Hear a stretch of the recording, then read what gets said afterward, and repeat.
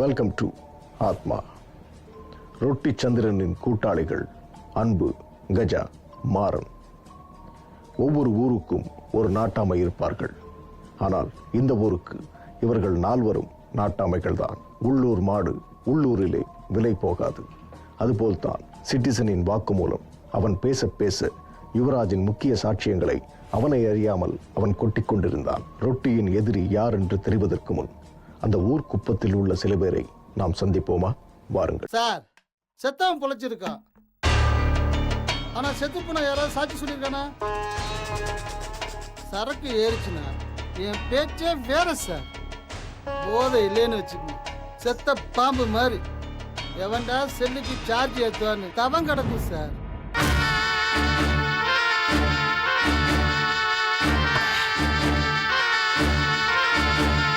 முக்கியமான கதைக்கு இப்ப நான் வரேன் சார். சார், நீங்க வெளியில மேஞ்ச வரைக்கும் உள்ளுக்குள்ளார நாட்டாமே இருந்தாங்க. உள்ளுக்குள்ளார மேயணும்னு முடிவு பண்ணாங்களே. 4 3 ஆச்சு, 3 2 ஆச்சு. அந்த கதையை கேட்குறியா? பொருசர் உமா சார், உமா. எங்க ஊரு கொழுந்து சார். ஸ்டேட் மார்க் வாங்கினாலும் சும்மா சிட்டா பரப்பா sir. Athletic sir, athletic award வாங்கணும்னு ஓடுவா சார். எங்களுக்கு என்ன சொல்றதுனே தெரியல. எப்ப பாரு சாப்பிட கூட்டா கூட வரமாட்டான். சதா நேரம் படிச்சுக்கிட்டே இருப்பான். அவன் பிடிச்ச புடிவாத்துக்கு மதிப்பு எங்களுக்கு இப்பதான் புரியுது. ரொம்ப சந்தோஷமா இருக்கு. நீங்க சொல்லுங்கம்மா. அவளுக்கு சின்ன வயசுல இருந்து படிக்கிறதுன்னா அவ்வளவு இஷ்டம். அவன் நினைச்சா டாக்டர் ஆகலாம், கலெக்டர் கூட ஆகலாம். ஆனா ஏதோ ஒலிம்பிக்ங்கிறாங்களே, அதுல ஓடணுமா. காலையில விடிஞ்சா ஓட ஆரம்பிப்பா. எவ்வளவு தூரம் ஓடுறான்னு அவளுக்கே தெரியாது. மார்க் வாங்கிட்டா போதுமா, அவ படுற ஆசைக்கு பணம் தேவைப்படுதே. ஏதோ கோச் இருங்கிறாங்க, டெல்லிக்கு போய் மற்றவங்களை ஜெயிக்கணுமா. அதுக்கப்புறம் தான் கவர்மெண்ட் இவ்வளோ திரும்பி பார்க்குமா. எனக்கு அத்லெட்டிக் சாம்பியன் ஆகணும். நான் பிறந்த மண்ணுக்கு பெருமை சேர்க்கணும். அதான் என்னோட லட்சியம். வாழ்த்துக்கள். தேங்க்யூப்பா. அவரு பேட்டியை பார்த்து வந்தாரா இல்ல கேள்விப்பட்டு வந்தாரான்னு எனக்கு தெரியல சார். ஆனா சாமி அனுப்பிச்சு வச்ச மாதிரி ஒரு தோரணம் சார். சார், நம்ம தானே சார் இந்த ஊருக்கு போஸ்ட் பண்ண. உமா வீட்டு அட்ரஸ் என்னதான் கேட்டாங்க, நான் தான் சார் காட்டினேன். சார், கர்ணன் சார், உன் லட்சியத்துக்கு நான் பொறுப்புன்னு சொன்னார் சார். சார், அப்படியே புள்ளி அடிச்சிச்சு சார். சார், அவர் அப்படியே கார்ல வருவாரு, இந்த புள்ள சிரிச்சுக்கினே போய் ஏறும் சார். என் கண்ணே பட்டுடுச்சு சார்.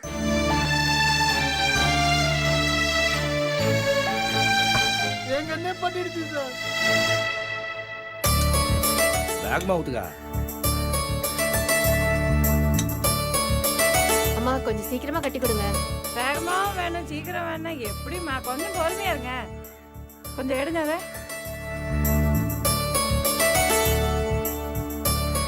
இங்கே வந்துச்சா பாரு. வேலையா? ஆமா. சரி.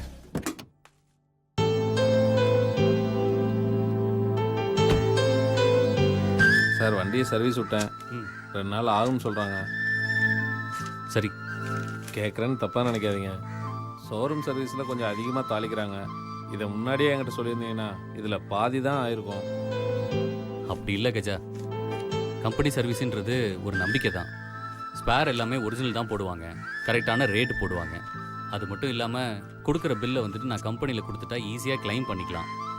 இதே ப்ரைவேட்டில் கொடுத்தோன்னு வச்சுக்கேன், சரியாக பண்ணாங்களான்னு இல்லையான்னு டவுட் இருந்துக்கிட்டே இருக்கும். சரி, வா போகலாம். வா. கடைக்கு இட்லி கொடுத்து விட்டுருங்க. வா. சரிங்க. அம்மா பாய். நானும் வரேன். என்ன விட்டு எங்க போயிடுவீங்க? அம்மா பாய். போயிட்டு வாமா. போலாம். ரைட்.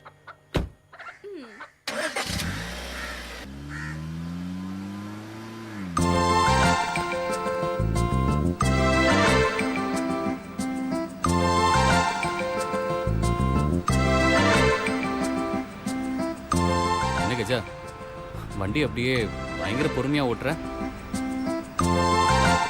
சார் வண்டி ஓட்டுறப்ப அடிபட்டா 2 தரப்புக்கும் தான் சார் இழப்பு. கொஞ்சம் கேர்ஃபுல்லாக ஓட்டினா சேஃப்டி தானே சார்.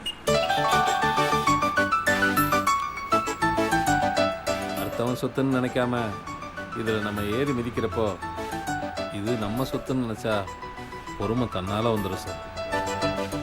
கரெக்டு தான். ஆமாம், இது ஓ வண்டி இல்லையா கஜா? இல்லை சார், ஒரு நாளைக்கு 1500 சார் வண்டிக்கு. ஒரு நாளைக்கு டீசல் போட்டதெல்லாம் போக மிச்சம் வர்றதா சார் வீட்டுக்கு. ஏதோ ஆவரேஜாக மாதத்துக்கு வருது சார். அதுவும் ஒரு நாள் வரும், ஒரு நாள் வராது.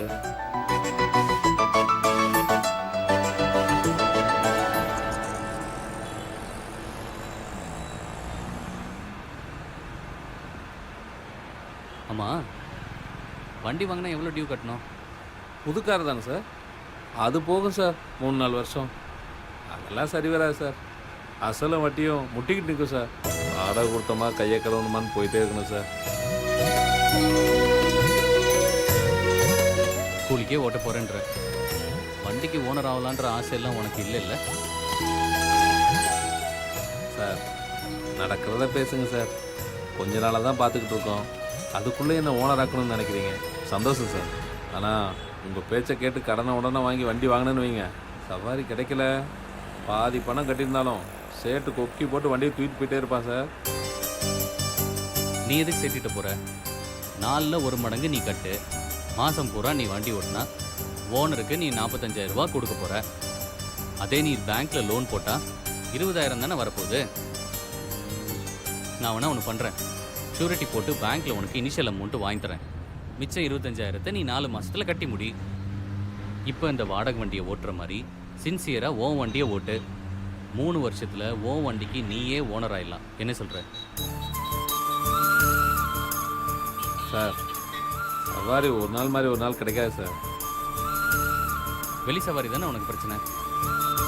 ஒன்று பண்ணலாம், நீ என் கம்பெனிக்கு வண்டி ஓட்ட, மாதமானால் கன்ஃபார்ம் பண்ணோம். ஆக்சுவலாக இப்போ 20 வண்டி ஓடுதுன்னு நினைக்கிறேன். அதில் 2 பேர் ஏதோ மக்கர் பண்ணுறதா என்கிட்ட சொல்லிட்டு இருந்தாங்க. அவங்களுக்கு பதிலாக நீ ஓட்டு. அவங்களுக்கு என்ன பணம் கொடுத்துட்டு இருந்தாங்களோ அதை நான் உனக்கு கொடுக்க சொல்கிறேன். அவ்வளோதானே?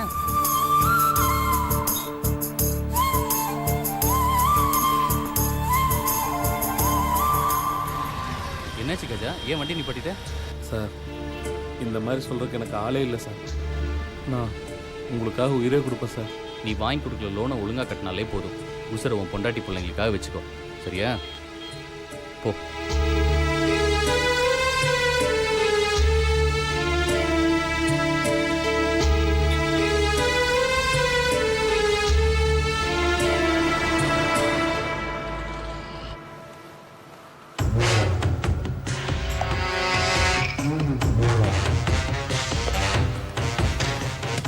மச்சான் ரொட்டி.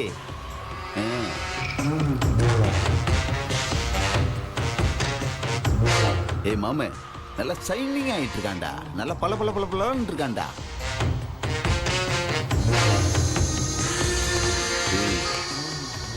ஏய் நம்மள பார்க்கலையா? வாடா கஜா, எப்படி ஆகிற? எங்களோட சரக்கு தான் அடிக்க மாட்டேன், பேச கூட மாட்டியா? காசா பணமா சொல்லு.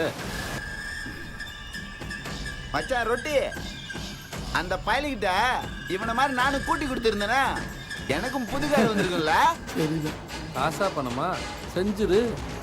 டேய் நாங்களாம் சோத்துல உப்பு போட்டு சாப்பிட்றோம்டா. இப்பெல்லாம் ஸ்டார் ஹோட்டலில் சோறு, ஏசி போட்ட படுக்கை இதெல்லாம் வேணும்னா அங்கங்கே பிம்பு வேலை பார்த்து தான் ஆகணும். வேற வழியே இல்லை. டேய் போடா, நீ போய் பிம்பு வேலை பாரு. என்ன தாசே, ஒரு பாய் சேர்த்து விடு.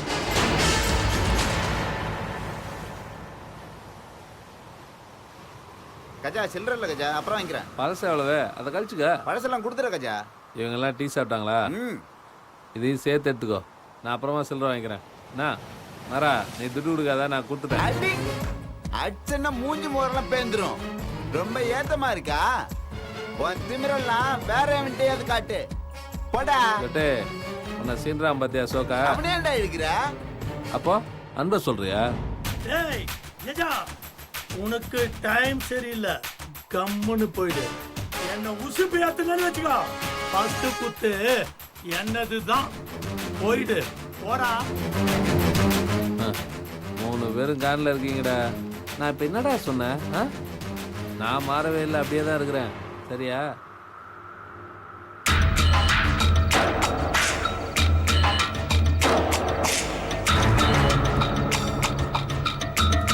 டேய் டேய், என்னடா பண்ற? அதுவே புகையாம இருக்குது, இதுல நீ வேற. போடா, உன் வேலையை பார்த்து போடா. டேய், நான் எல்லா படம் பார்த்துட்டேன். போடா போடா, முறைச்சிக்கினுக்குற. போடா போ.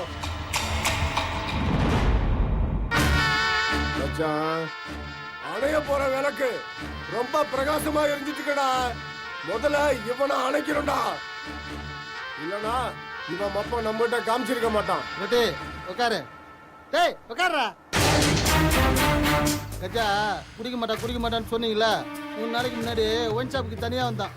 கோட்டரை வாங்கி 2 ரவுண்டு கோட்டரை ஊற்றி அடிச்சுட்டு ஒரு தம்மை பற்ற வச்சுட்டு போயிட்டே இருந்தான். இப்போ கூட பாக்கெட்ல சிகரெட் இருந்ததுன்னா இந்த பக்கமே வந்திருக்க மாட்டான், அப்படிக்கா போயிருப்பான். என்ன தாசு, நான் சொல்றது கரெக்டு தானே? என்ன மறைகிற? எத்தனை டீ குடிச்சிருப்ப? எப்பயாவது துட்டு கொடுத்துருப்பியா? அவன் கொடுக்குறான்னு உடனே பவுச காமிக்கிறா.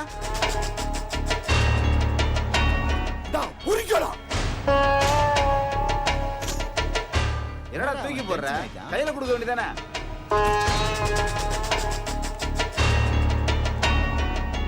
தாசு, கஜா மேல அந்த 3 பேரும் செம்ம காண்டில் இருக்காங்க. ஒரு சிலர் அவர்கள் கடந்து வந்த பாதையை கடந்து வந்தால் சில அனுபவங்கள் கிடைத்திருக்கும். நல்லவர்களின் நட்பு என்றும் நிலைத்து பெருமை சேர்த்திருக்கும். கூடா நட்பு அவமானங்களையும் தலைக்குனிவையும் உண்டாக்கி இருக்கும். திருந்தி வாழ்ந்து விடலாம் என்றால் நண்பர்களாகிய கயவர்களால் நாம் நிம்மதியாக வாழ்ந்து விட முடியுமா என்ன? நாம் வாழ்ந்த வாழ்க்கை இனி நம் வாழ்க்கை பயணத்தை தீர்மானிக்கிறது. அதுபோலத்தான் ரமணன் கஜாவிற்கு உதவி செய்ய முயற்சித்தாலும் கஜா கடந்து வந்த பாதை தவறான பாதைதானே. அது அவனை அமைதியாக பயணிக்கச் செய்து விடுமா? சில பேருக்கு சில பேரை மிகவும் பிடித்திருப்பது போல எதிர்பார்ப்பில்லாமல் வாழ்பவர்களை அனைவருக்கும் பிடிக்கும். எந்தவித எதிர்பார்ப்பும் இல்லாமல் நமக்கு நல்லது செய்பவர்கள் கடவுளுக்கு நிகராக பார்க்கப்பட வேண்டும். ரமணனின் செயலும் அதுபோலத்தான். வெள்ளை மனம், வெகுளித்தனம், வெளிப்படையான பேச்சு, இந்த 3ம் அந்த ஊர் மக்களை அவன் பால் ஈர்த்திருக்கிறது. அந்த ஊர் மக்களும் களங்கமற்ற மனம் கொண்டவர்கள். ஆனால் ரொட்டியும் அவனை சார்ந்தவர்களும் அப்படிப்பட்டவர்களா? பார்க்கலாம் வாருங்கள். எப்படி இருக்கீங்க? நல்லா இருக்கம்மா. உன்னதாம்மா பார்க்க வந்தேன். என்னையா? வெளியே எங்கேயோ கிளம்பிட்ட போல. ஆமாண்ணே, அத்லெட்டிக் பிராக்டிஸ் போயிருந்தேன். அண்ணனோட ஆசீர்வாதம் உனக்கு எப்பவும் இருக்கு பாப்பா. என்னண்ணே, என்ன விஷயம்னு சொல்லுங்க. இல்ல, பேங்க்ல செக்யூரிட்டி வேலை பார்த்தேன். இப்ப வேணான்னு சொல்லிட்டாங்க. அதான் சார்ட்ட சொல்லி ஒரு வேலை வாங்கி கூட. பிள்ளைங்க படிச்சிட்டு இருக்காங்க, ஒரு ஹெல்ப்பா இருக்கும். அத ஏன தயங்கி தயங்கி சொல்றீங்க? நீங்க தைரியமா போங்க, நான் ஆச்சு உங்க வேலைக்கு. சரியா? சரி, ரொம்ப நன்றிமா. சரிண்ணே, நான் வரமா.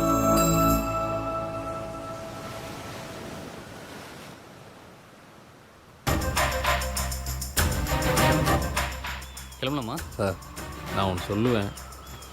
நீங்கள் மட்டும் தனியாக இருக்கிறப்ப சொல்லலான்னு நினச்சேன். சும்மா இருந்தால் வருத்தப்படும், அதான் இப்போ சொல்லலான்னு நினைக்கிறேன். சொல்லு, நல்ல விஷயமா இருந்தால் கேட்டுக்கிறேன். அது இல்லை சார், அம்மா கேட்டால் வருத்தப்படும், அதான் அது இல்லாதப்போ உங்கள்கிட்ட சொல்லணும்னு நினச்சேன் சார். ஆமாம் சார், நீங்கள் உமாவையும் அவங்க அம்மா அப்பாவையும் உங்கள் இடத்துக்கு கூட்டு போய் வைங்க சார், அதான் நல்லது. இங்கே வேணாம் சார், உங்கள் மேலே 2-3 பேர் காண்டா இருக்காங்க சார். என்ன சொல்கிற? எதுக்கு? கோவணம் கட்டின ஊரில் பேண்ட் ஷர்ட் போட்டால் என்ன சொல்லுவாங்க சார்? நீங்கள் அடுத்தவங்களுக்கு நல்லது பண்ணுறீங்க சார், ஆனால் இங்கே இருக்கிற சில பேருக்கு புரிய மாட்டாங்க சார். அவனுக்கு எப்போ வேணாலும் சீருவானுங்க, அதான் நீங்கள் விலகே இருங்க சார். அதெல்லாம் அப்படி தான், அப்படியே வாழ்ந்துட்டே செத்து போயிடுவானுங்க. நீங்கள் பண்ணுற நல்ல விஷயம் அவனுங்களுக்கு பொறுக்க மாட்டாங்குது, அவ்வளோதான் சார். யோசிக்காதீங்க சார், எவ்வளோ சீக்கிரம் முடியுமோ அவ்வளோ சீக்கிரம் கூப்பிட்டு போயிருங்க சார். சார், நான் காரில் வெயிட் பண்ணுறேன் சார், வாங்க.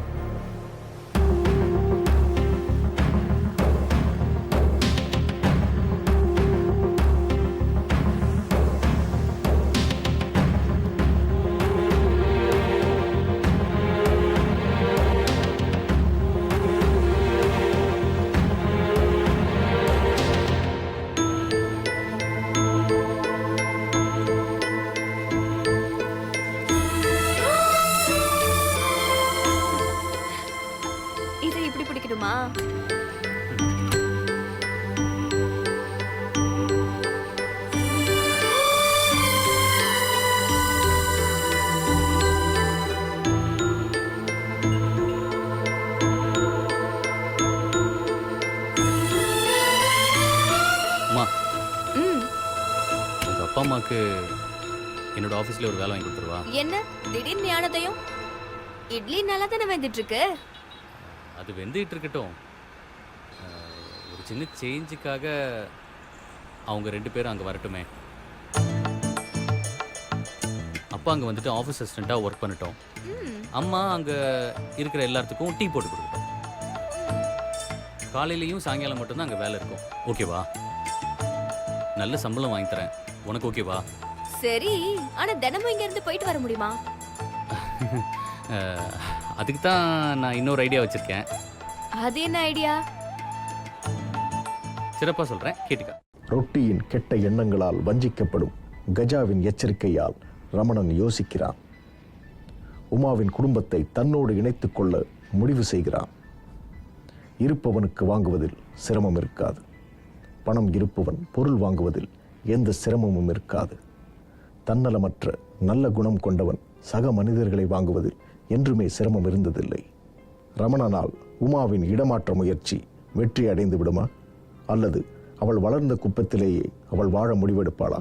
ஒருவன் பிறந்து வளர்ந்த இடத்தை விட்டு பயணப்பட்டு உலகின் எங்கோ ஒரு மூலையில் வாழ்ந்து கொண்டிருந்தாலும் பிறந்த இடமும் வாழ்ந்த இடமும் அவன் மனதில் அவ்வப்போது வந்து ஏக்கம் கொள்ள செய்து கொண்டிருக்கும். அதுபோல்தான் உமாவையும் தன்னுடைய இடத்திற்கு அழைத்துச் செல்ல வேண்டும். இது கஜாவின் எச்சரிக்கையாக இருந்தாலும் உமாவும் அவளது பெற்றோர்களும் இதற்கு தலையாட்டி விடுவார்களா? முதலில் உமா இதற்கு ஒப்புக்கொள்ள வேண்டும். பணமோ பதவியோ பங்களாவோ இடமாற்றத்தை ஒப்புக்கொள்ள செய்து விடுமா?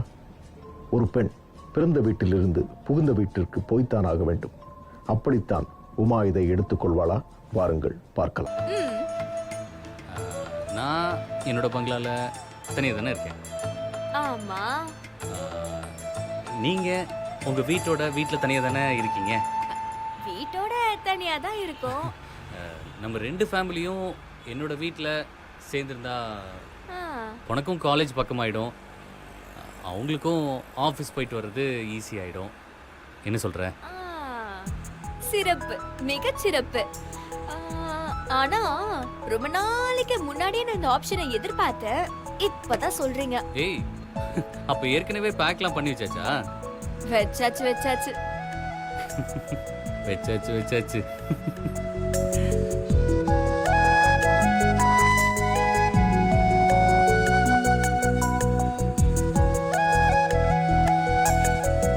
சரி, இந்த பொண்ணுக்காக தானே ஹெல்ப் பண்ண வந்தீங்க?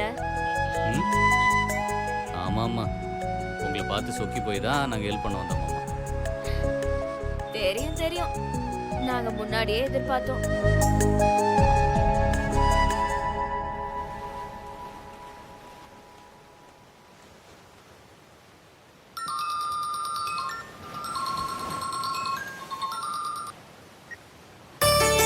என்னம்மா, என்ன பண்ற?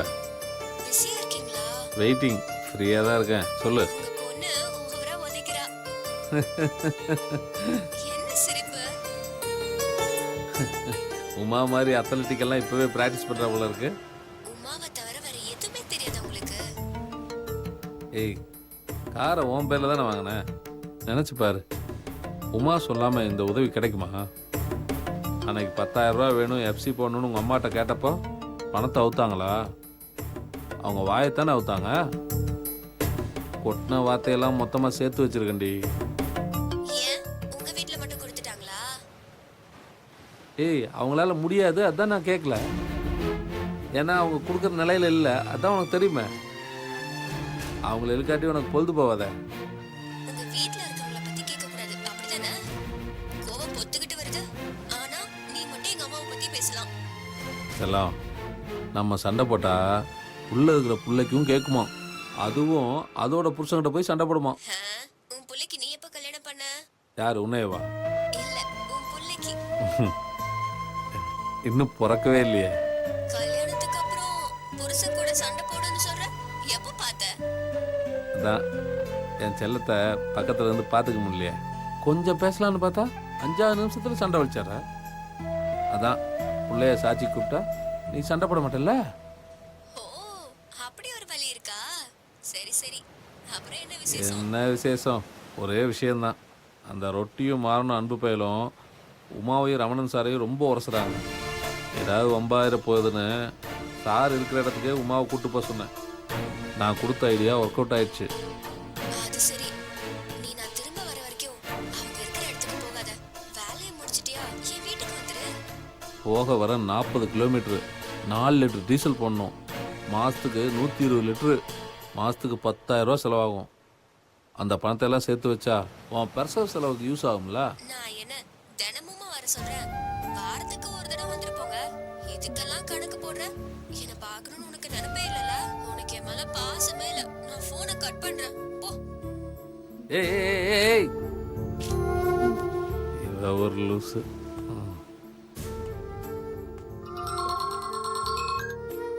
ஹலோ சார், நான் வந்துடுறேன் சார். 5 மினிட்ஸில் இருப்பேன்.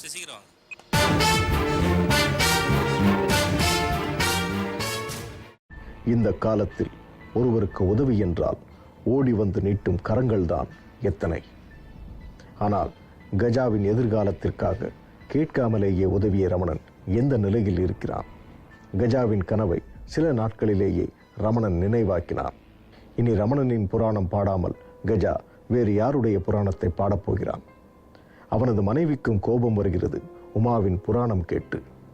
ஆனால் கஜா இதற்கு முன் பயணித்த பாதை ஒரு தவறான பாதை அல்லவா? சேர்ந்த சேர்க்கை தவறானதாக அல்லவா இருக்கிறது? இனி என்ன நடக்கப் போகிறது? நாளை பார்க்கலாம். இது ஆத்மா.